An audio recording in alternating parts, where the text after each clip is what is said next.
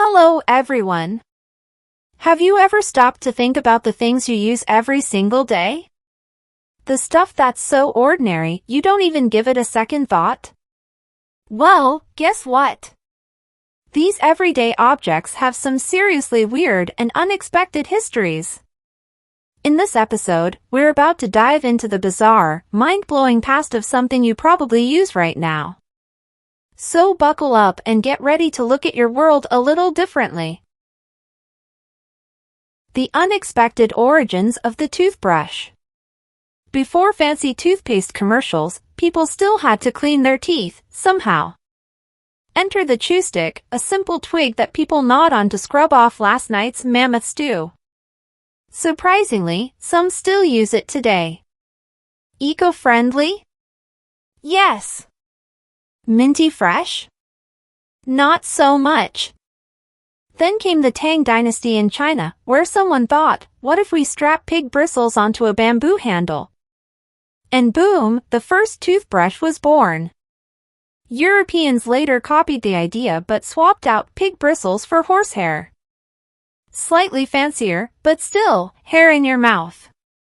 Fast forward to 1938, when nylon bristles finally saved us from oral fuzz.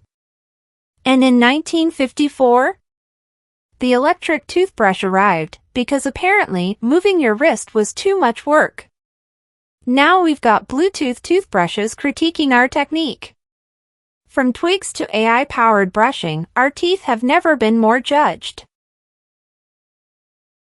The surprisingly weird history of the fork. Once upon a time, people ate with their hands. No forks, no etiquette, just pure, messy, caveman-style eating.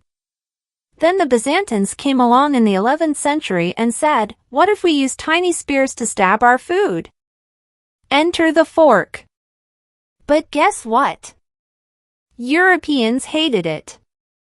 They thought it was unholy because, using a pitchfork-like tool to eat was clearly the devil's work. Italians finally embraced the fork thanks to pasta, because twirling spaghetti with your fingers is a nightmare. France took a bit longer, but when King Louis XIV made it fashionable, everyone followed. Fast forward to today, and forks rule the dinner table. Unless you're eating pizza. Then, using a fork is still considered a crime in some places. The mysterious history of the umbrella. Picture this: ancient Egyptians, all decked out in linen, avoiding the blazing sun with their fancy sunshades. But wait, rain? Nah, not a concern. Fast forward to ancient China, where umbrellas were actually invented, but not for rain, they were a status symbol. The more elaborate your umbrella, the more important you were. No one was about to let their silk-covered dome get wet. The umbrella didn't reach Europe until the 16th century, and guess what? People used them for shade, just like the Egyptians. Rain wasn't really part of the picture yet.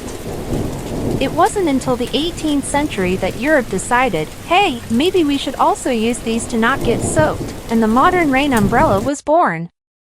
Fast forward to today, and umbrellas are everywhere. We have collapsible ones, automatic ones, and some so fancy they could double as a weapon. The umbrella, from aristocratic sunshade to everyday survival tool.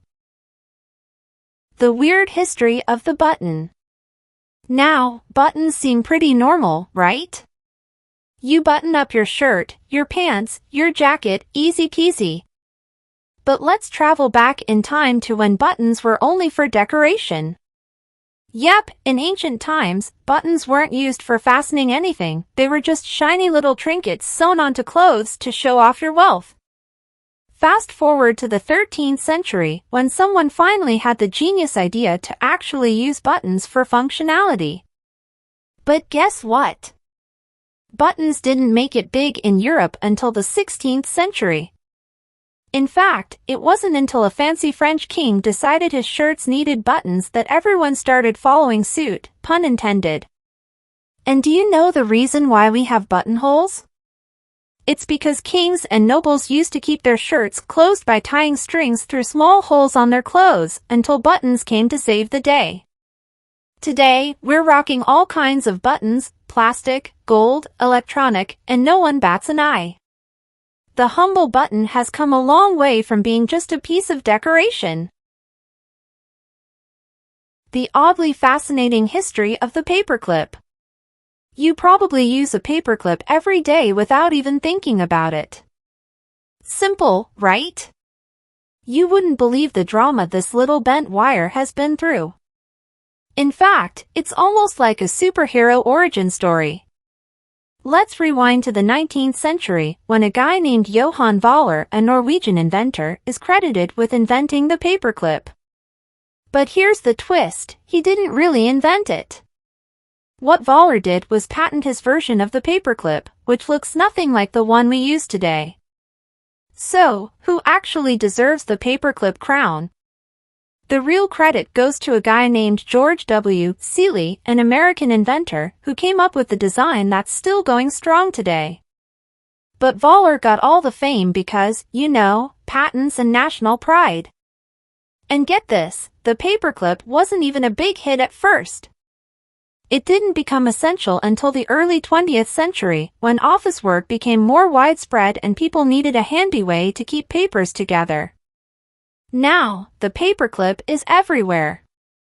We use it for more than just holding paper. People have used it to unlock doors, pick locks, and even as makeshift jewelry. It's become an office superhero and a symbol of organization, even if your desk looks like a tornado hit it. Well, that's a wrap for today's deep dive into the secret history of everyday objects. Who knew that things we take for granted could have such weird and wild backstories, right? If you found this as mind-blowing as I did, don't forget to like, subscribe, and hit the bell so you never miss out on more strange and fascinating stories. Stay curious, stay awesome, and we'll catch you in the next episode. This is Brainwave, signing off. See you next time. Bye.